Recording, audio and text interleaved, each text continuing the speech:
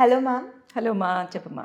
ఈరోజు గర్భాశయ క్యాన్సర్ గురించి మాట్లాడుకుందాము. తప్పనిసరిగా. అసలది ఎందుకొస్తుంది? దాని లక్షణాలు ఎలా ఉంటాయో చెప్తారా? ఫస్ట్ గర్భాశయ క్యాన్సర్ అనేది ఒక పెద్ద ఒక చాదర్ లాంటి వర్డ్. అంటే ఒక దుప్పటి కింద వేసేసినట్టుగా.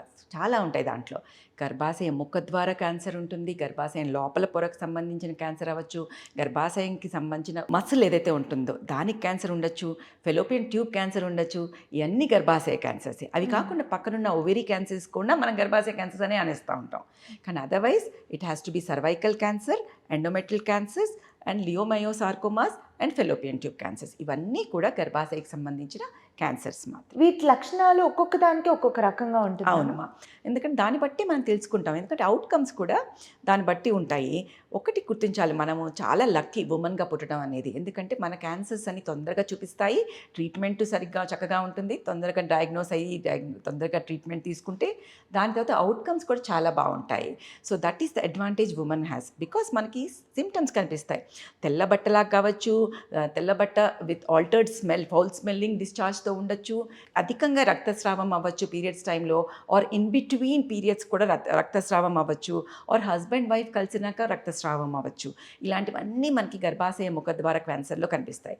ఎప్పుడైతే నెగ్లెక్ట్ చేస్తామో అప్పుడే యూరినరీ సిమ్టమ్స్కి వాటన్నిటికీ వెళ్ళిపోతుంది. అలా కాకుండా గర్భాశయం లోపల పొరకు సంబంధించిన ఎండోమెట్రియల్ క్యాన్సర్స్ ఏవైతే ఉంటాయో అవైతే అధిక రక్తస్రావంతో ప్రజెంట్ అవుతాయి. వాటరీ డిశ్చార్జ్ కూడా అవ్వచ్చు, పెయిన్ రావచ్చు. పెద్దవాళ్ళకి కనుక ఇలాంటి క్యాన్సర్స్ వస్తే లోపల నీరు ఆగిపోవటం వల్ల pain will be the main thing, pyometra అంటాం. Otherwise bleeding is the most common thing. Post menopausal bleeding అంటే ముట్లు ఆగిపోయిన తర్వాత కూడా పీరియడ్స్ రావటం, అట్లా పీరియడ్స్ అనం దాన్ని బ్లీడింగ్ అవటం, రక్తస్రావం అవ్వటం, ఇవన్నీ కూడా లక్షణాలే. అదే ఫెలోపియన్ ట్యూబ్ క్యాన్సర్స్ అయితే మాత్రం ఎగైన్ రక్తస్రావంలానే అవుతూ ఉంటాయి.